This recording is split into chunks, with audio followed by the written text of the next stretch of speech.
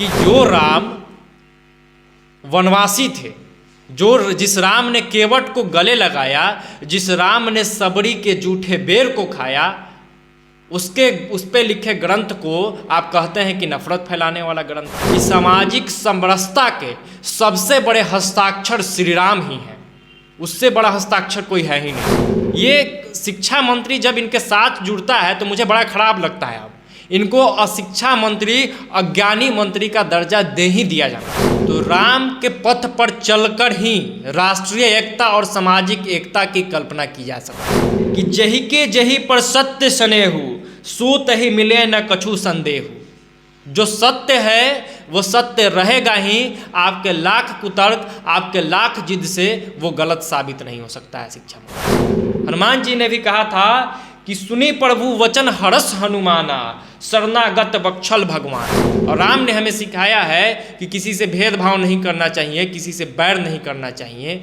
और आप उस श्री राम से ही बैर करते हैं तो नाश हो जाएगा। निर्दयता देखिए कि जगदानंद सिंह से लेके तेजस्वी यादव तक इसके पीछे खड़े हो गए हैं प्रोफेसर चंद्रशेखर के, कि ये ठीक कह रहे हैं। अरे भाई, हनुमान मंदिर पटना में वंचित समाज से आने वाले व्यक्ति पुजारी हैं, जाति से चमार हैं, जो हनुमान मंदिर पटना में पुजारी हैं। कुछ लोगों ने कमेंट में लिखा कि बुद्ध की धरती मोदी जी कहते हैं, तो जो मोदी जी कहेंगे वो थोड़ी होगा। ये श्री राम का धरती है और श्री राम का धरती ही रहेगा, और राम के खिलाफ बोलने वालों का यहाँ कोई जगह नहीं है। सीधा सीधा समझ लीजिए कि जो श्री राम के नहीं वो किसी काम के नहीं। राम के खिलाफ बोलिएगा तो 1 लाख तर्क दे देंगे और आपको गलत साबित करके रहेंगे। और शिक्षा मंत्री जी सुन लीजिए कान खोल के, माफी मांगना ही पड़ेगा। माफी तेजस्वी यादव, जगदानंद सिंह और राजद में जो लोग इस शिक्षा मंत्री प्रोफेसर चंद्रशेखर के साथ खड़े हैं, उसे सामूहिक तौर पर जनता से माफी मांगनी पड़ेगी, और नहीं तो जनता जवाब देगी। लाठी लेकर जनता आपको दौड़ाएगा अगले इलेक्शन में, याद रखिएगा राजद वाले लोग। शिक्षा मंत्री का एक बयान आया था रामचरितमानस पर, जिसके बाद लगातार उनके इस बयान का विरोध हो रहा था। तो उसी को लेकर हम लोगों ने एक स्पेशल विश्लेषण लाया है, क्योंकि आम जनता के बीच काफ़ी इसका विरोध है कि उन्होंने जो बयान दिया है लोग उससे काफ़ी खफा नज़र आ रहे हैं। तो उसी पर हमारा विश्लेषण है कि जो राम के नहीं वो किसी काम के नहीं।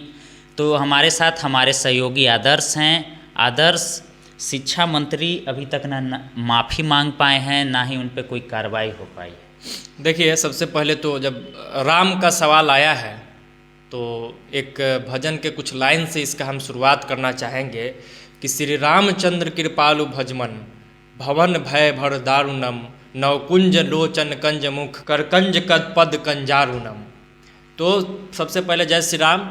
और एक जनभावना कहीं ना कहीं इससे जुड़ा हुआ है। राम सिर्फ भगवान नहीं है, राम एक विचारधारा है, और उस विचारधारा से पूरे विश्व भर से लोग कहीं ना कहीं जुड़े हुए हैं, उनको मानने वाले लोग हैं, उनके आदर्शों पर चलने वाले लोग हैं।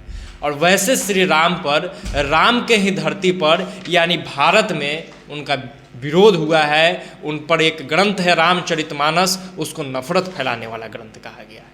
अब कुतर्क का सीमा देखिए आप कि जो राम वनवासी थे, जिस राम ने केवट को गले लगाया, जिस राम ने सबरी के जूठे बेर को खाया, उस पे लिखे ग्रंथ को आप कहते हैं कि नफरत फैलाने वाला ग्रंथ है। मुझे लगता है और पूरी दुनिया भी इसे मानती है कि सामाजिक समरसता के सबसे बड़े हस्ताक्षर श्री राम ही हैं, उससे बड़ा हस्ताक्षर कोई है ही नहीं। और राम बदले में क्या चाहते हैं? राम प्रेम चाहते हैं। राम ने भेदभाव के खिलाफ काम किया है, राम ने संदेश दिया है, राम हमें सिखाते हैं, और उस राम का विरोध हो रहा है। ये शिक्षा मंत्री जब इनके साथ जुड़ता है तो मुझे बड़ा खराब लगता है। अब इनको अशिक्षा मंत्री, अज्ञानी मंत्री का दर्जा दे ही दिया जाना चाहिए। ये कहीं से शिक्षा मंत्री नहीं है।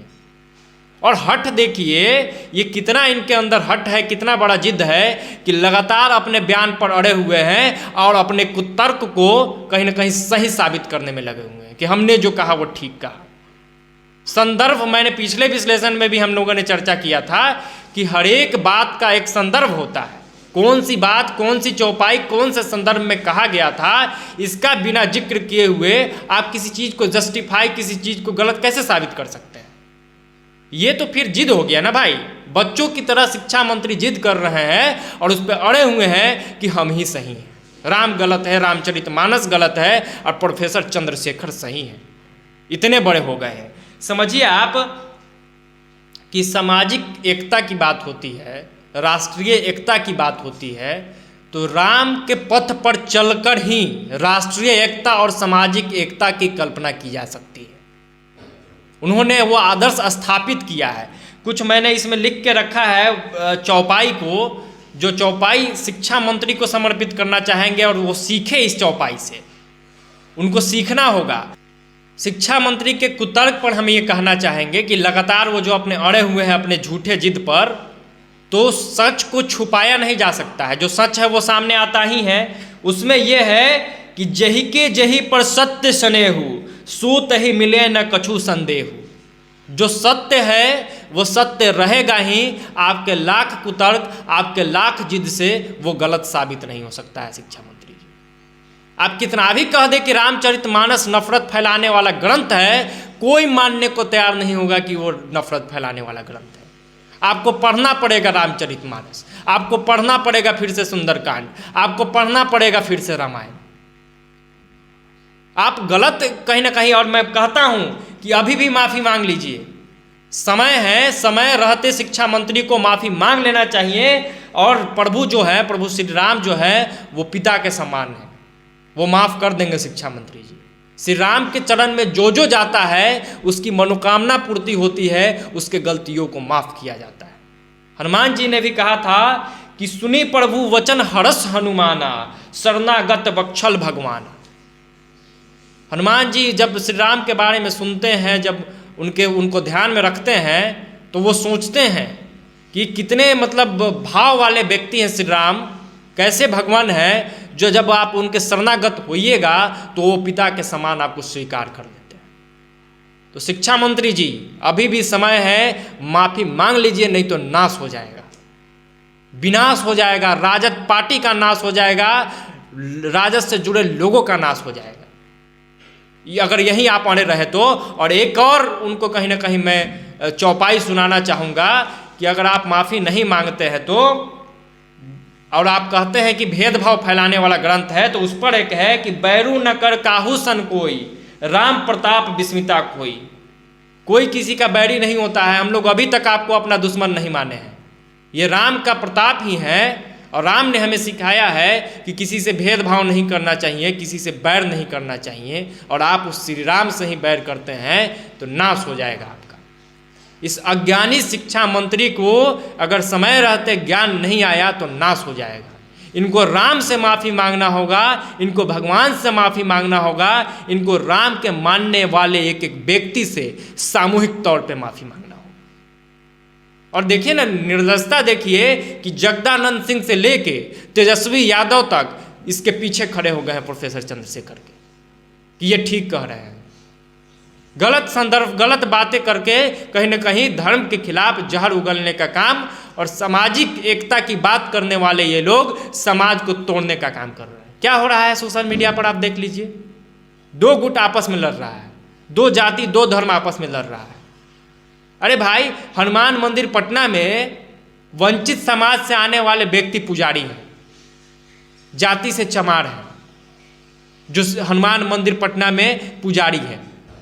तो सोचिए कि राम के इतने बड़े मंदिर में, हनुमान के इतने बड़े मंदिर में वंचित समाज से आने वाला कोई व्यक्ति पुजारी है, और आप कहते हैं कि रामचरितमानस भेदभाव पैदा करता है। ऐसे मैं हजारों मठ मंदिर गिनवा दूंगा जहाँ के पुजारी वंचित और पिछड़े समाज से आते हैं, और आप कहते हैं कि नफरत फैलाने वाला ग्रंथ है। अगर नफरत ही रहता तो कोई छोटी जाति का, जिसको आप शूद्र क्षुद्र जो भी कह रहे हैं, वो किसी मंदिर का पुजारी कैसे हो जाता? वो भी राम के मंदिर के, हनुमान के मंदिर के पुजारी। राम ने भेदभाव नहीं सिखाया है, राम ने एकता सिखाया है। ये लोग राम के चरित्र को गलत तौर पर पेश कर रहे हैं। और एक बात ध्यान में रख लीजिए, आप अपने आप को कृष्णवंशी कहते हैं चंद्रशेखर, तो उसी कृष्ण जी ने कहा था कि जब जब धर्म का विनाश करने की कोशिश होगी, भगवान का यहाँ अवतार होगा और धर्म का विनाश तो नहीं होगा, आपका विनाश जरूर हो जाएगा। यदा यदा ही धर्मस्य, आपको याद ही होगा प्रोफेसर चंद्रशेखर। तो कहीं देख लीजिए पार्टी का और सत्ता का ही विनाश न हो जाए। तो जदयू भी हमलावर है, लेकिन पूरी तरह से एक्शन लेने में कहीं ना कहीं वो नाकामयाब रही है। इस पे क्या कहना चाहिए? देखिए, जदयू तो ढोंग कर रही है ना। आप एक तरफ कह रहे हैं, हालांकि कुछ नेताओं का मैं कहीं ना कहीं उनका प्रशंसा करूंगा कि आप खुल के सामने आए। आपने इस बात का कहीं ना कहीं विरोध किया कि शिक्षा मंत्री जी ने जो बातें कही है वो गलत है। आपने सामने आकर कम से कम बोलने का हिम्मत दिखाया सत्ता में रहते हुए कि श्री राम का विरोध इस देश में नहीं हो सकता है। आपने उस कुतर्क का खंडन किया जिसमें यह कहा गया कि रामचरितमानस नफरत फैलाने वाला ग्रंथ है। इसके लिए आप प्रशंसा के पात्र हैं। लेकिन जदयू में मुखिया कौन है इस गठबंधन का? महागठबंधन का मुखिया नीतीश कुमार, बिहार के मुखिया नीतीश कुमार। और आपके मंत्रिमंडल का कोई व्यक्ति राम के खिलाफ बोलता है, वो अभी तक मंत्रिमंडल में है, तो शर्म की बात है आपके लिए नीतीश कुमार जी। राम के देश में राम का अपमान नहीं सहा जाएगा। कुछ लोगों ने कमेंट में लिखा कि बुद्ध की धरती मोदी जी कहते हैं, तो जो मोदी जी कहेंगे वो थोड़ी होगा। ये श्री राम का धरती है और श्री राम का धरती ही रहेगा। और राम के खिलाफ बोलने वालों का यहाँ कोई जगह नहीं है। सीधा सीधा समझ लीजिए कि जो श्री राम के नहीं वो किसी काम के नहीं।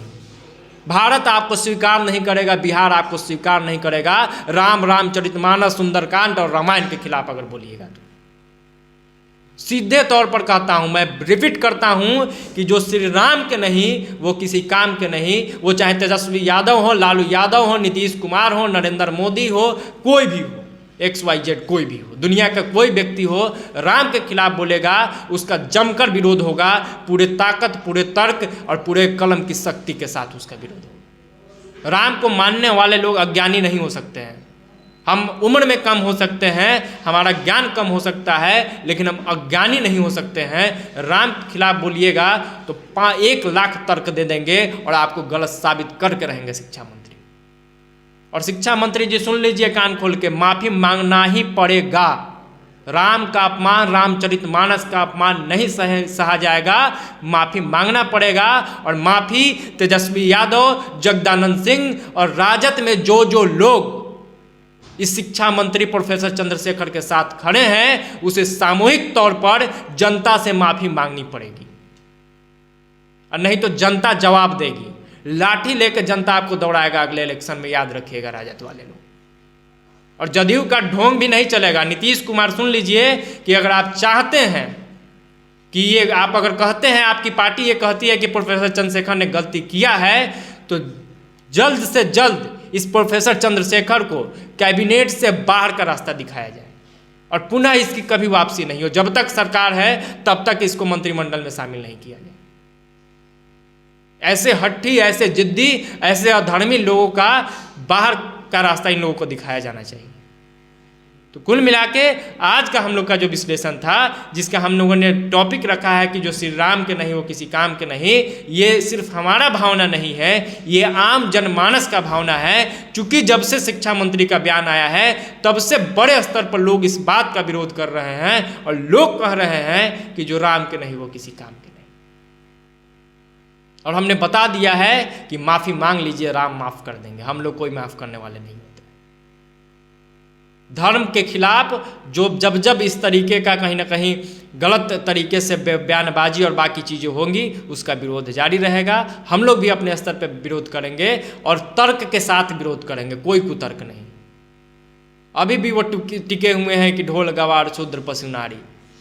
भाई संदर्भ तो बताते नहीं हो, कुछ भी बोल देना है, ये तो स्थिति है।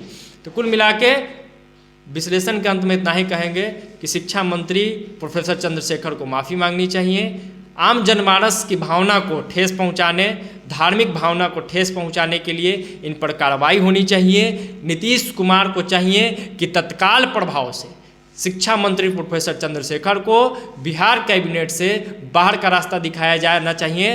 राजद को चाहिए कि ऐसे नेता को अपने पार्टी से कुछ सालों के लिए कम से कम पूरी तरीके से बर्खास्त किया जाए, सदस्यता इनकी ख़त्म की जाए। बस आज के विश्लेषण में तो आप अपनी प्रतिक्रिया दे सकते हैं। तब तक के लिए धन्यवाद।